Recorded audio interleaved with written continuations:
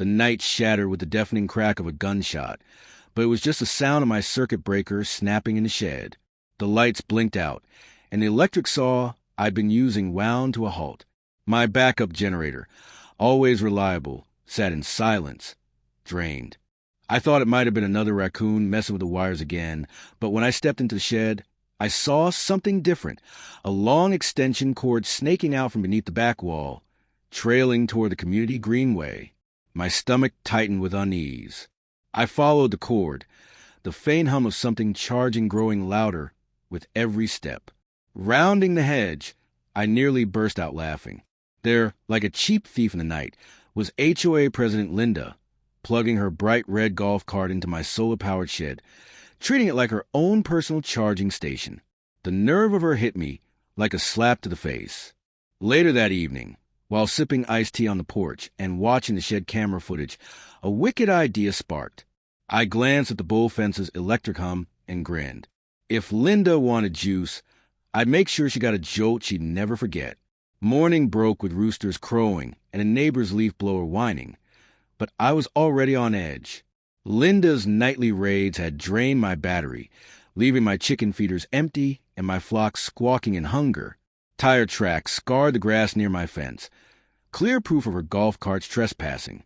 By mid-morning, she had the audacity to stroll up in a floppy hat and oversized sunglasses, holding an HOA violation notice. "James, your shed solar panels are too reflective for the trail," she said, smirking. "And there's talk of someone hogging power. Just a friendly conservation tip." She handed me the citation and sauntered off before I could even call her out. Her guilt was written all over her face, just like the track she left behind. I spent the afternoon scouring 2 weeks' worth of footage.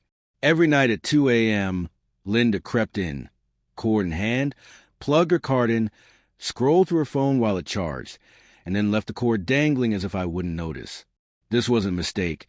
It was deliberate, and she thought I'd stay silent. But she didn't know I'd grown up on a ranch, where we learned early not to mess with a bull's power grid. That evening, I got to work.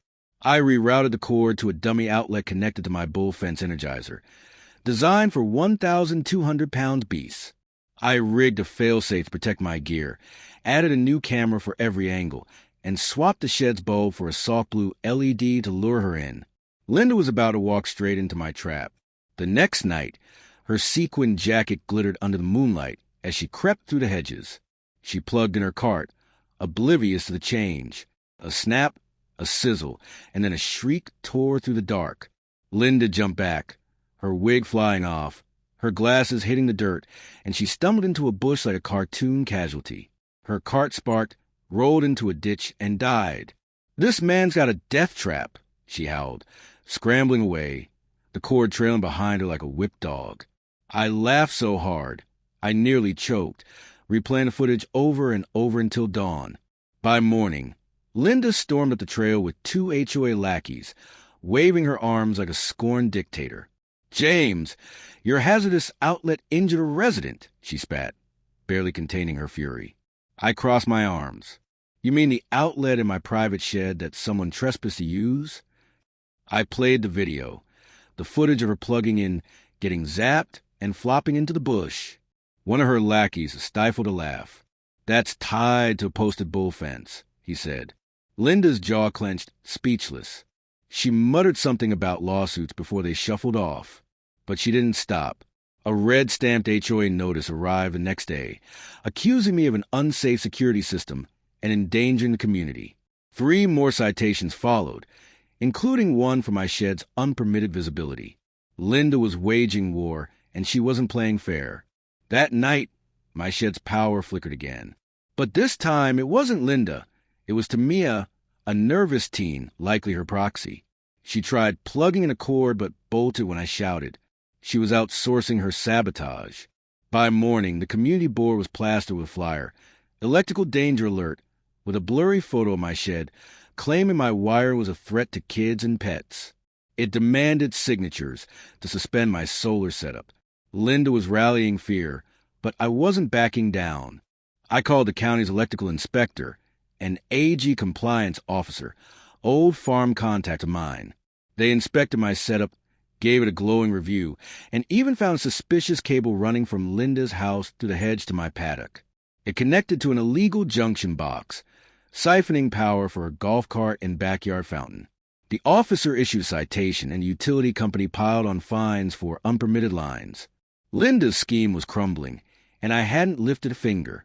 She fought back, leading a neighborhood walkthrough to nitpick my fence, shed color, and even my wind chimes, calling them visual pollution.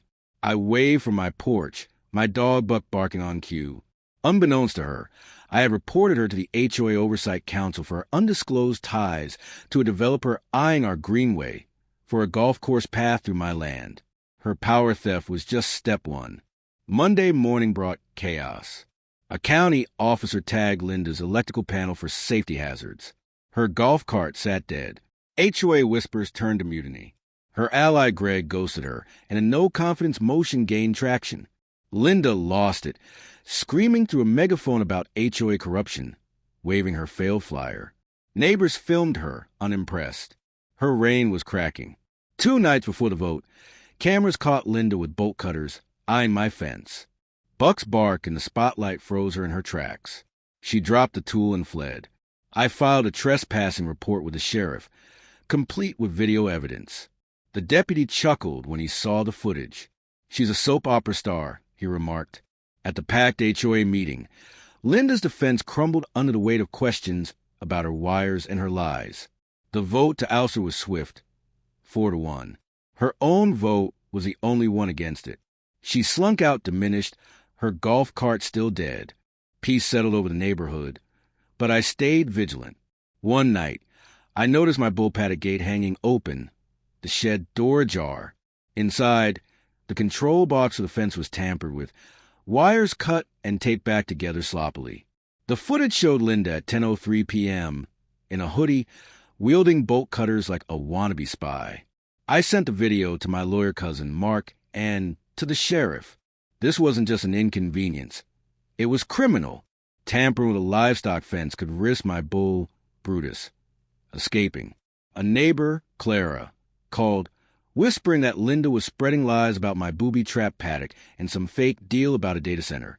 Her desperation was growing more dangerous by the day.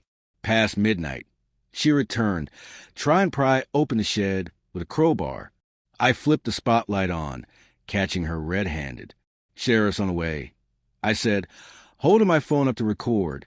She froze, then deflated, knowing the game was up. As the deputies arrived, she didn't fight. She just surrendered. The neighborhood erupted. A clip of her arrest hit the community forum, and the memes started flying. HOA, Queen meets Justice. Her golf cart was wrapped in crime tape.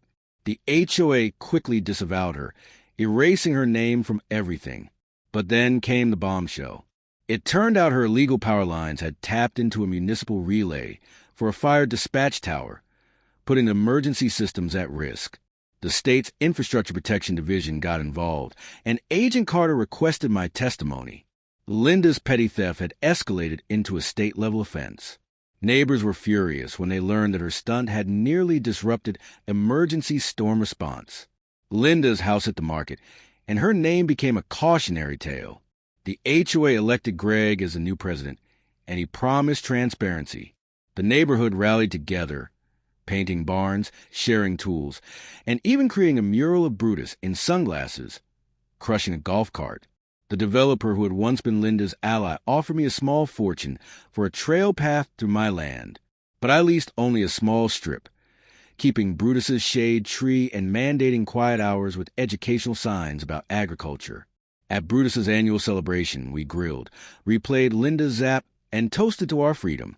The sheriff even brought ribs, joking about how we made a hair dryer out of fence case. Under the stars, Brutus munched on apples, and I couldn't help but smile. Linda had stolen power, but in the end, I had harnessed justice. Her lies had short-circuited her world, while mine hummed stronger than ever.